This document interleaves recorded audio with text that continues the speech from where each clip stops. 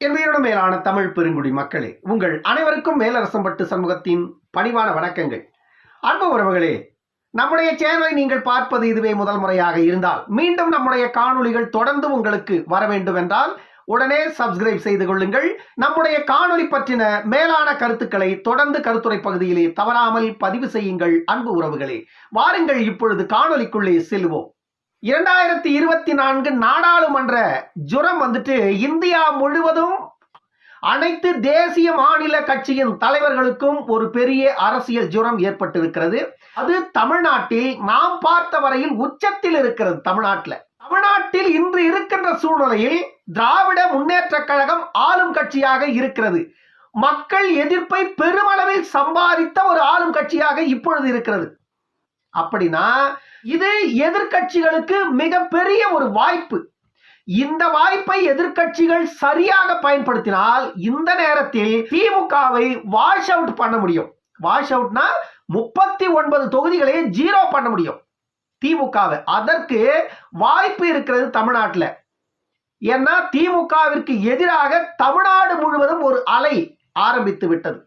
பொதுவாக ஒரு இயக்கம் 5 ஆண்டுகள் மாநிலத்தில் ஆட்சி செய்து 5 ஆண்டுகள் முடிவில் அந்த இயக்கம் மக்களுக்கு அவர்கள் கொடுத்த திட்டங்களை சரியாக நடைமுறைப்படுத்தவில்லை என்றால் மக்களுக்கு அந்த ஆட்சியின் மீது ஒரு அதிருப்தி ஏற்பட்டு வரவிருக்கின்ற சட்டமன்ற தேர்தலில் ஆளும் கட்சி தோற்று எதிர்க்கட்சிகள் வெற்றி பெறுகின்ற ஒரு சூழல் ஏற்படும். இது வழக்கம். இந்தியாவில் உள்ள அனைத்து மாநிலங்களிலும் நடப்பது இதுதான்.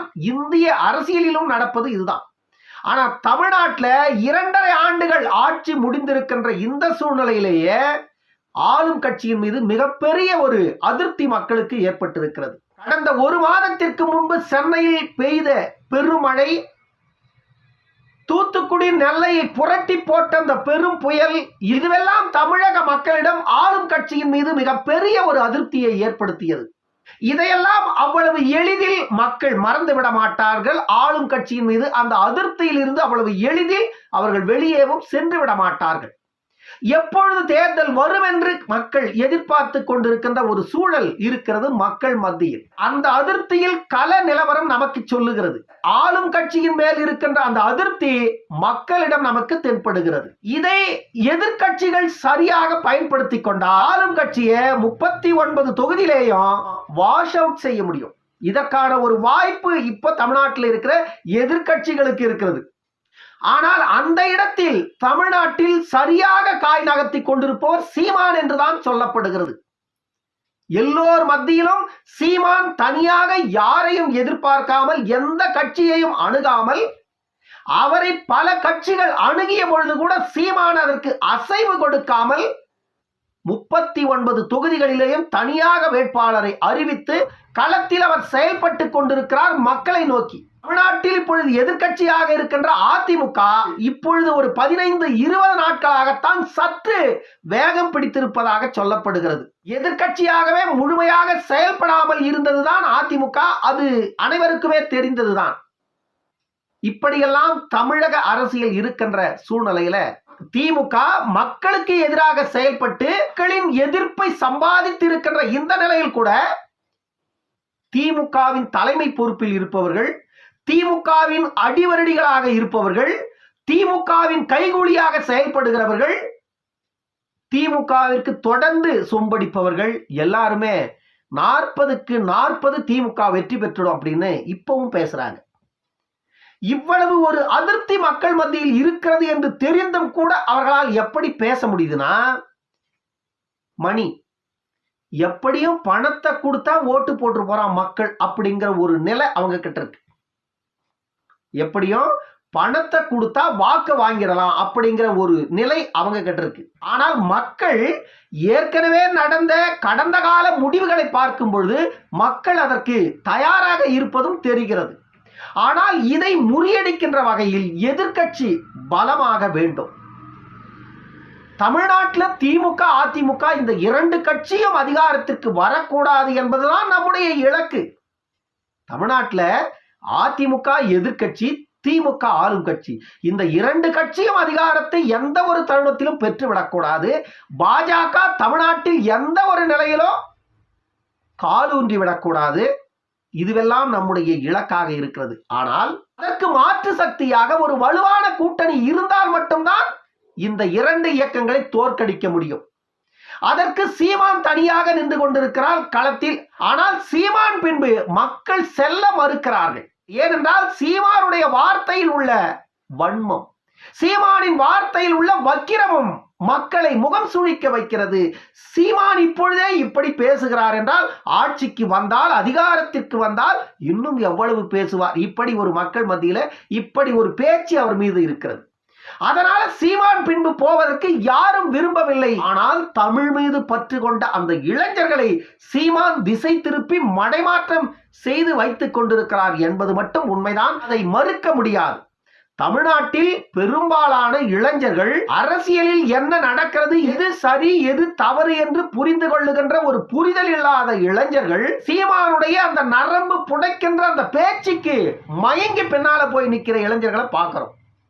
ஆனால் அந்த இளைஞர்கள் ஏற்கனவே சீமானுடன் பயணித்த பல இளைஞர்கள் தலைவர்களாகி சீமானை விட்டு பிரிந்து போய் சீமானுக்கு எதிராக நிற்கின்றவர்களையும் நாம் களத்தில் பார்க்கிறோம். சீமானுடைய அரசியல் இப்படி இருக்கிறது. இப்படி இருக்கின்ற சூழ்நிலையில தமிழ்நாட்டில் வேறு வழி இல்ல. திமுகவை தோற்கடிக்கணும், அவர்களிடம் இருக்கின்ற அதிகாரத்தை பறிக்கணும். இதற்கு மாற்று வழி கூட்டணி அமைத்துத்தான் ஆக வேண்டும், வேறு வழி இல்லை. இதைத்தான் பாட்டாளி மக்கள் கட்சியின் தலைவர் முன்னெடுத்துக் கொண்டிருக்கிறார். திமுகவிற்கு எதிராக ஒரு பலமான அணி உருவாக வேண்டும், அந்த அணியில் நாமும் இருக்க வேண்டும் என்று பாமக விரும்புகிறது. தமிழ்நாட்டில் உள்ள 39 தொகுதிகளில் குறைந்தபட்ச உறுப்பினர்களையாவது நாம் பெற்று பாராளுமன்றத்தில் மக்களுக்கான குரலாக நாம் இருக்க வேண்டும் என்று பாமக எண்ணுகிறது. இதற்காகத்தான் பாமக அதிமுகவின் தலைமையில் கூட்டணியில் சேருவதற்கான வாய்ப்புகள் பிரகாசமாகி இருக்கிறது. ஆனால் அதிமுகவின் கூட்டணியில் பாமக சேர்ந்து விட்டால் அதிமுக கூட்டணி பலம் பெற்று விடுமா என்றால் அது கேள்விக்குறிதான். அதிமுகவின் கூட்டணியில் இன்னும் தமிழகத்தில் உள்ள பல கட்சிகள் இணைய வேண்டும். ஆனால் இணைவதற்கான வாய்ப்புகள் இருந்தாலும் எடப்பாடி பழனிசாமி அவர்களின் அணுகுமுறையில் தோல்வி இருப்பதாக சொல்லப்படுகிறது. சமீபத்தில் தேமுதிகவுடன் அதிமுக பேச்சுவார்த்தை நடத்தி இருக்கிறது.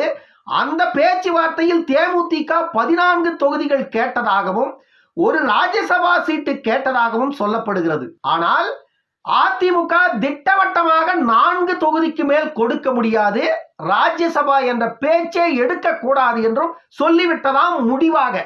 இதனால தேமுதிக அதிமுகவின் கூட்டணியும் வேண்டாம், ஒன்றும் வேண்டாம் என்று பிரேமலதா விஜயகாந்த் அவர்கள் வெளியேறிவிட்டதாக சொல்லப்படுகிறது. இந்த நிலை நீடித்தால் அதிமுகவின் கூட்டணியில் தேமுதிக சேருவது என்பது கேள்விக்குறிதான்.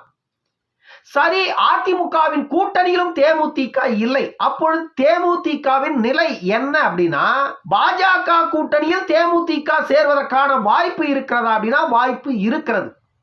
ஆனால் இவர்கள் அங்கேயும் 14+1 குறியாக இருக்கிறார்கள் தேமுதிக. தேமுதிகவிற்கு அந்த வலிமை தமிழ்நாட்டில் இருக்கிறதா என்றால் அவர்கள் கடைசியாக நடந்த தேர்தலில் பெற்ற வாக்கு என்பது 1.5 விழுக்காடு. அந்த 1.5 விழுக்காடு வாக்கை வைத்துக் கொண்டு இவர்கள் 14+1 என்று கேட்பதை எந்த அரசியல் கட்சியும் ஏற்கவில்லை. கடைசியாக விஜயகாந்த் அவர்கள் மரணம் அடைந்த பொழுது அவருடைய இறப்பிற்கு கூடிய மக்கள் கூட்டத்தை அரசியல் கூட்டமாக பிரேமலதா விஜயகாந்த் அவர்கள் 2024 பாராளுமன்ற தேர்தலில் நமக்கு குறைந்தது 5 விழுக்காடு வாக்கு கிடைத்துவிடும் என்று பிரேமலதா விஜயகாந்த் அவர்கள் எண்ணுவதாக சொல்லப்படுகிறது. அரசியல் நோக்கர்களின் பதில் அதுவாகத்தான் இருக்கிறது. அப்படி இருக்கும்பொழுது ஒருவேளை பிரேமலதா விஜயகாந்த் அவர்கள் எண்ணுவதை போல விஜயகாந்தின் இறப்பிற்கு சென்னையில் கூடிய அந்த மக்கள் எல்லாம் விஜயகாந்துக்கு தேமுதிகவிற்கு வாக்களித்தால் தேமுதிக 5 விழுக்காடு வாக்கு பெற்று விடுமா என்றால் வாய்ப்பு இருக்கிறது. ஆனால் வாக்களிக்கின்ற மக்கள் வாக்களிப்பார்களா என்ற கேள்விக்குறி விழுகிறது. விஜயகாந்தின் மீது பற்று கொண்ட மக்கள் அவருடைய மரணத்திற்கு வந்தார்கள், அதை நாம் ஏற்கிறோம். ஆனால் விஜயகாந்த் மரணித்து விட்ட பிறகு விஜயகாந்தே இல்லாத அந்த இயக்கத்திற்கு யாரை நம்பி வாக்களிப்பார்கள் அந்த மக்கள் என்ற ஒரு கேள்வி மக்கள் மத்தியில் எழுகிறது. இதை பிரேமலதா விஜயகாந்த் அவர்கள் அனுதாபம், விஜயகாந்த் அவர்கள் இறந்துவிட்ட அந்த அனுதாபத்தில் நமக்கு மக்கள் வாய்ப்பளிப்பார்கள், மீண்டும் தேமுதிகவில் இருந்து விலகிய தொண்டர்கள் எல்லாம் தேமுதிகவில் மீண்டும் இணைந்து விடுவார்கள் என்று பிரேமலதா விஜயகாந்த் அவர்கள் எண்ணுகிறாராம். ஆனால் இன்று இருக்கின்ற அரசியல் கள நிலவரம் ஒருபோதும் அப்படி வாய்ப்பே இல்லை என்றுதான் சொல்லுகிறது. காரணம் என்ன, ஏன் வாய்ப்பில்லை அப்படின்னா, ஒரு தலைவர் மீது மக்கள் வைத்துக் கொண்டிருக்கின்ற பற்று அவருடைய கடைசி யாத்திரையில் கலந்து கொண்டார்கள், அதோடு முடிந்து விட்டது.